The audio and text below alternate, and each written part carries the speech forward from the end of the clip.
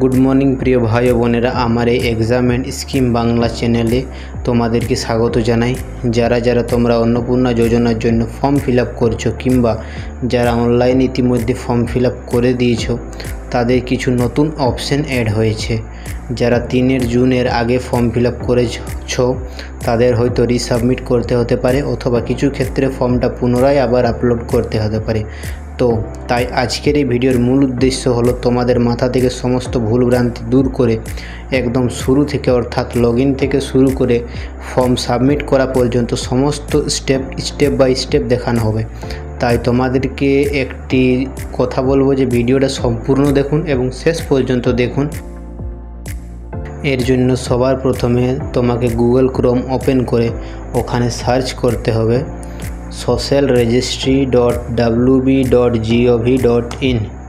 প্রথমে যে সাইটটি খুলবে তার মধ্যেই লেখা থাকবে যে গভর্নমেন্ট অফ ওয়েস্ট বেঙ্গল। আমি আবার রিপিট করছি, ওয়েবসাইটটির নাম socialregistry.gov.in। আমি এর নাম ডেসক্রিপশনেও দিয়ে দেব। তার মধ্যে প্রথমে যে লিঙ্কটি পাবে সেটাতে ক্লিক করবে, উপরে লেখা থাকবে government of West Bengal family level data collection portal. দেখতে পালে বুঝবে হ্যাঁ যে ওয়েবসাইটটি ঠিক। তার মধ্যে সিটিজেন অ্যান্ড ফ্যামিলি লগইন দেখতে পারবে, এখানে দিক লেখা থাকবে অ্যাক্সেস সিটিজেন পোর্টাল। ওইখানে ক্লিক করলেই তোমাদের মেন ওয়েবসাইটটি খুলে যাবে। তারপর সবার প্রথমে লেখা থাকবে সিল্ড পারসন অ্যাপ্লিক্যান্ট লগইন। এখানে তোমার ডিস্ট্রিক্ট সিলেক্ট করবে। আমার ক্ষেত্রে যেহেতু পুরুলিয়া রয়েছে তাই আমি পুরুলিয়া ডিস্ট্রিক্ট সিলেক্ট করব, এবং নিচে রেজিস্টার্ড মোবাইল নাম্বার অর্থাৎ, এবং সঙ্গে নিচে একটা ক্যাপচা কোড থাকবে, সেটাও একটু ক্যালকুলেট করে ঠিকঠাকভাবে বসিয়ে দেবে, এবং গেট ওটিপি বলে যে অপশানটা রয়েছে তাতে ক্লিক করবে। তাহলে তোমার যে মোবাইল নাম্বার রয়েছে তাতে একটা ওটিপি চলে আসবে। ওই ওটিপিটা আসা মাত্র ওটা বসিয়ে ভেরিফাই অ্যান্ড কন্টিনিউতে ক্লিক করবে। তাহলে তোমার যে ফ্যামিলি লেভেল ডেটা কালেকশন ফর্মটা রয়েছে সেটা খুলে যাবে। তো সবার প্রথমে বলি যে নতুন অপশানটা অ্যাড হয়েছে সেটা হলো রিলিজিয়ন, অর্থাৎ যেহেতু এই রিলিজিয়ন অপশানটাতে স্টার মার্ক দেওয়া রয়েছে তাই এটা ম্যান্ডেটারি করে দেওয়া হয়েছে, অর্থাৎ তোমাকে রিলিজিয়ন অপশানটাতে ক্লিক করতেই হবে। তারপর চলো সমস্ত কিছু আমরা স্টেপ বাই স্টেপ জেনে নিই কীভাবে ফর্মটা ফিল আপ করবে। সবার প্রথমে হেড অফ দ্য ফ্যামিলি, যেখানে তোমার মহিলার নাম লিখতে হবে। আমি অর্পিতা পাল লিখছি। তারপর ডেট অফ বার্থ বসাতে হবে, ডেট মান্থ ইয়ার অনুযায়ী। তারপর জেন্ডার সিলেক্ট করতে হবে ফিমেল, ক্যাটাগরি সিলেক্ট করতে হবে, যদি আপনার আনরিজার্ভ হয়ে থাকে তাহলে আনরিজার্ভ অথবা SC/ST লিখতে হবে। তারপর সিলেক্ট করতে হবে তোমার রিলিজিয়ন হিন্দুইজম, যেহেতু আমি কন্ট্যাক্ট নাম্বার, আধার লিঙ্ক, ব্যাঙ্ক অ্যাকাউন্ট, অর্থাৎ যে ব্যাঙ্ক অ্যাকাউন্টের আধার লিঙ্ক রয়েছে, অর্থাৎ যে মোবাইল নাম্বারে আধার লিঙ্ক রয়েছে সেই মোবাইল নাম্বারটাই বসাতে হবে। Total number of family member, তারপর রয়েছে total number of family members including HF, অথবা হেড অফ দ্য ফ্যামিলি নিয়ে কজন ফ্যামিলিতে মেম্বার রয়েছে। তারপর আপনি যদি 2 থেকে 3 অ্যাড করতে চান তাহলে অ্যাড মেম্বার করে আপনি ক্লিক করবেন, ততটাই জন আপনার বেড়ে যাবে, ওইখানে শো করবে। আপনি কেটে দিলে আপনার যে 1 থেকে 2 সিলেক্ট করবেন সেই 1 থেকে 2টাই চলে আসবে। তারপর ডিসেবিলিটি স্ট্যাটাস, অর্থাৎ আপনি কি ডিসেবিলিটি অথবা শরীর থেকে কিছু সমস্যা, তাহলে ডিসেবিলিটি সার্টিফিকেট যদি রয়েছে তাহলে ডিসেবিলিটি সার্টিফিকেটের নাম্বারটা বসিয়ে দেবেন, অথবা ডিসেবিলিটি পার্সেন্টেজ, অর্থাৎ আপনি কি 50% নাকি 20% ডিসেবিলিটি সেটা লিখেবেন, অথবা যদি না থাকেন তাহলে ন লিখে দেবেন। তারপরে অ্যাড আধার কার্ড ডিটেলস, আধার কার্ড নাম্বার বসাবেন। আপনার যে আধার কার্ড রয়েছে সেই নাম্বার বসাতে আপনাকে ওটা আপলোড করতে হবে, এবং এর যে সাইজ রয়েছে সেটা 50 KB থেকে 200 KBর মধ্যেই আপনাকে আপলোড করতে হবে। তারপর যে অ্যাড্রেসটা রয়েছে family demographic and permanent address, আপনার যে পার্মানেন্ট অ্যাড্রেসটা রয়েছে সেটা ফিল করতে হবে। তারপর ডিস্ট্রিক্ট সিলেক্ট করতে হবে, এরিয়া টাইপ সিলেক্ট করতে হবে, রুরাল না উরবান। তারপর যে আপনার পোস্টাল কোড অর্থাৎ পিনকোড রয়েছে সে পিনকোডটা বসাতে হবে। তারপর পুলিশ স্টেশন, আপনার নিয়ারেস্ট যে পুলিশ স্টেশন তার নাম দিতে হবে, ব্লক অথবা মিউনিসিপ্যালিটি নাম এটা বসাতে হবে। গ্রাম পঞ্চায়েত যদি থাকে গ্রাম পঞ্চায়েত, অথবা আপনার যদি মিউনিসিপ্যালিটিতে হন তাহলে ব্লক ওয়ার্ড নাম্বারটা বসাতে হবে। তারপর নিচে রয়েছে ভোটার কার্ড ডিটেলস, আপনাকে ভোটার কার্ডের ডিটেলস বসাতে হবে। এখানে আপনি এপিক নাম্বারটা বসালে আপনার ভোটার কার্ডের, তাহলেই আপনার ভোটার কার্ডটা আপলোড করতে হবে। ওটারও মিনিমাম রিকোয়ারমেন্ট হলো 50 KB থেকে শুরু করে 200 KB। তারপর অ্যাসেম্বলি কনস্টিটুয়েন্সি, এটাও আপনি ভোটার কার্ডের মধ্যে পেয়ে যাবেন, অথবা আপনাকে আমি একটা লিঙ্ক দেবো, সেখানে আপনার ভোটার কার্ডের নাম্বার বসালে সেই পার্ট নাম্বার এবং সার্চ কনস্টিটিউশনালি নাম্বার এই দুটাই পেয়ে যাবেন। তারপর এটাকে সেভ অ্যান্ড ড্রাফট করে পরের পেজে চলে যাবেন। আমার যেহেতু কোশ্চেন বলে এটা রয়েছে তাই আমি এটা পার্ট নাম্বারটা বসিয়ে দিলাম।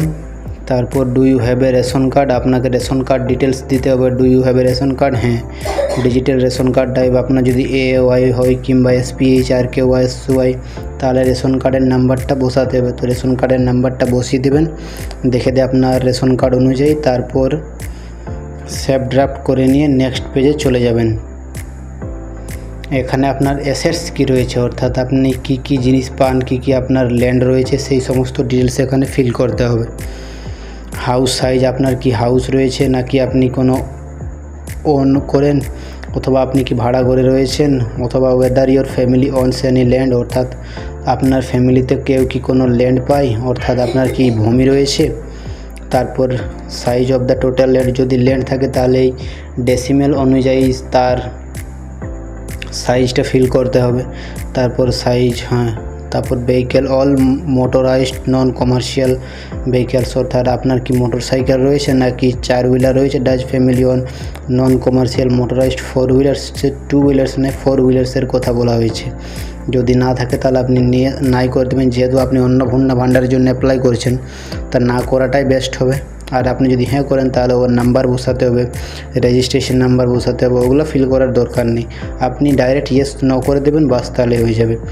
তারপর রয়েছে হেলথ ইন্স্যুরেন্স, আপনার কি কোনো হেলথ ইন্স্যুরেন্স রয়েছে। ইয়েস থাকলে হ্যাঁ থাকলে ইয়েস করে দেবেন, অথবা না থাকলে ন করে দেবেন। অথবা যে ইন্স্যুরেন্স যদি ইয়েস থাকে তাহলে ওটা কী টাইপ, গভর্নমেন্ট নাকি প্রাইভেট নাকি আদার কিছু রয়েছে তাহলে ওটা বসাবেন। গভর্নমেন্টের আপনি কোনো স্কিম পান সেটাও বসাতে হবে এইখানে। যেহেতু আমি পাই তাই আমি স্বাস্থ্যসাথী, আমার ফ্যামিলিতে স্বাস্থ্যসাথীর কার্ড রয়েছে তাই আমি স্বাস্থ্যসাথীতে ওকে করে দিলাম। তারপরে UR নাম্বার, স্বাস্থ্যসাথী কার্ডের যে নাম্বার রয়েছে সেটা এখানে ফিল করতে হবে এখানে।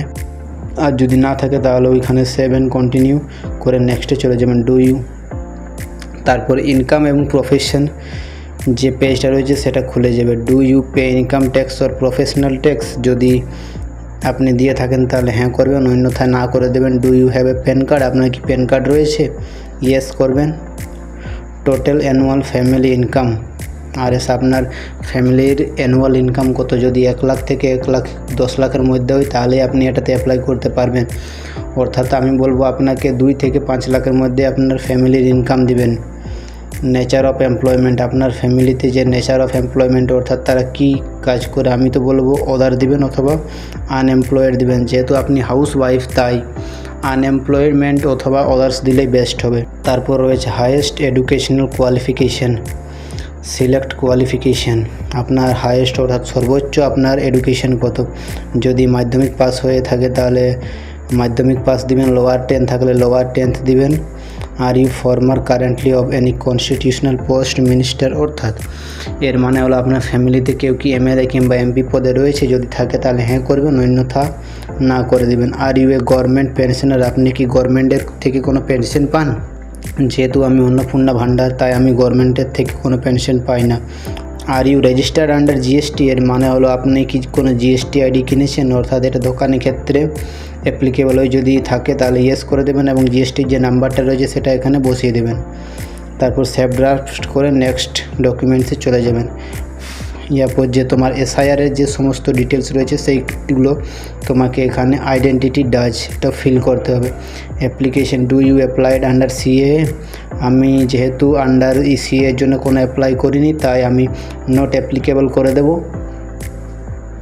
আর যদি আপনার কোনো অ্যাপ্লিকেবল অর্থাৎ যদি কোনো কিছু থাকে তাহলে আপনি অ্যাপ্লাইড করে দেবেন, অথবা কোনো সমস্যা থাকে তাহলে ইস্যুড করে দেবেন। আর যদি তোমার এগুলোর কোনো কিছুই যদি প্রবলেম না থাকে, মানে সিএ এর এইসব রিলেটেড কোনো সমস্যা যদি না হয়ে থাকে, তাহলে এখানে তোমাদের একটা নট অ্যাপ্লিকেবল করতে হবে। ঠিক আছে, যারা সিটিজেন তাদের ক্ষেত্রে অবশ্যই এটা নট অ্যাপ্লিকেবলই হবে। ওকে, তোমাদের তো কোনো ঝামেলা নেই, কিন্তু যারা সিএ এর জন্য আন্ডার প্রসেসে রয়েছে তাদের জন্য। ঠিক আছে, আচ্ছা এবার হচ্ছে SIR 2026-এর ট্রাইব্যুনাল স্ট্যাটাসটা জানতে চাইছে। তো প্রথমে হচ্ছে যে ইফ ডিলেটেড ইন SIR 2026, তো তোমার নাম যদি SIR 2026-এ যদি ডিলিট হয়ে থাকে, weather case is pending in tribunal, তো যদি পেন্ডিং থাকে ট্রাইব্যুনালে, তো এখন কি পজিশনে রয়েছে, তো তোমার নাম কি ডিলিট হয়েছে, ইয়েস করবে, আর যদি না হয়ে থাকে তাহলে নো করবে। আর যাদের এরকম কোনো সমস্যা নেই তাদের ক্ষেত্রে নট অ্যাপ্লিকেবল করতে হবে। যাদের SIR 2026-এর লিস্টে যাদের প্রপার ওয়েতে নাম রয়েছে তারা নট অ্যাপ্লিকেবলই রাখবে। এরপরে সেভ ড্রাফট অপশানে ক্লিক করবে এবং নেক্সট অপশানে ক্লিক করবে।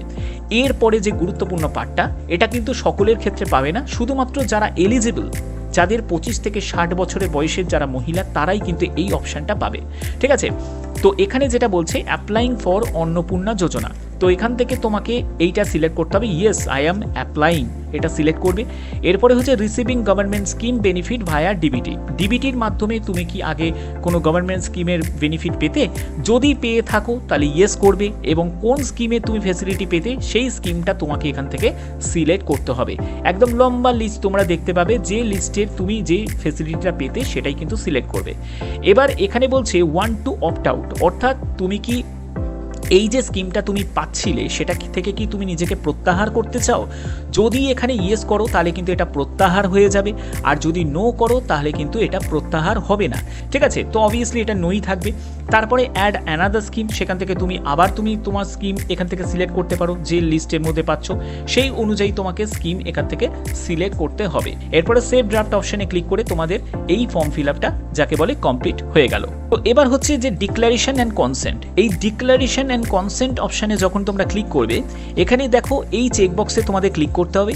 তারপরে হচ্ছে প্রিভিউ অ্যান্ড সাবমিট, তো তুমি যদি আরও মেম্বার যদি অ্যাড করে থাকো তাহলে অ্যাড মেম্বার করে বাদবাকি মেম্বারগুলোর একদম সেম প্রসেসে তোমাদের ফিল আপটা করতে হবে। তো এখানে তোমাদের ডিক্লারেশন কনসেন্টে এইখানে ক্লিক করলাম এবং এখানে প্রিভিউ অ্যান্ড সাবমিট অপশানে ক্লিক করতে হবে। তো যখনই তুমি ওখানে ক্লিক করবে দেখো তোমাদের এরকম তোমাদের অপশান শো হবে, যেটা হলো application submitted, family level data collection form, এবং তোমার এখানে দেখো তোমার অ্যাপ্লিকেশন আইডিটা শো হবে, এবং তোমার যে ফ্যামিলি যে হেড অফ ফ্যামিলি তার নামটাও এখানে শো হবে, এবং যে ডেটে তুমি সাবমিট করছো সেই ডেট এবং টাইমটাও তোমাদের এখানে শো হবে, এবং তোমাদের এখানে মেনশন করা থাকবে যে ভবিষ্যতের জন্য তোমাকে এই নাম্বারটি অবশ্যই তোমাকে নোট ডাউন করে রাখতে হবে।